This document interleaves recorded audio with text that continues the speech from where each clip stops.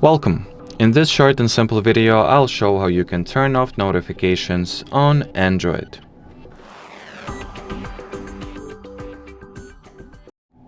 So the easiest and most straightforward way to pause all app notifications on your device, to stop all interruptions of that nature, is to switch on the Do Not Disturb mode, which you can do by pulling up the control panel, by swiping downwards from the right half of your status bar, and among available controls, you'll need to look for Do Not Disturb mode. So tap on it to switch it on.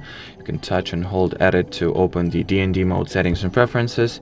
Here you can set up exceptions when it comes to app notifications. So choose which apps will be able to get, or rather the notifications from what apps will be able to get through the Do Not Disturb mode when it is enabled.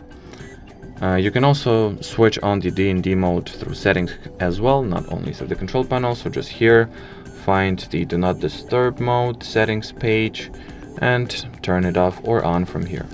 And well, as far as this video goes, that'll be it. So thanks for watching and bye bye.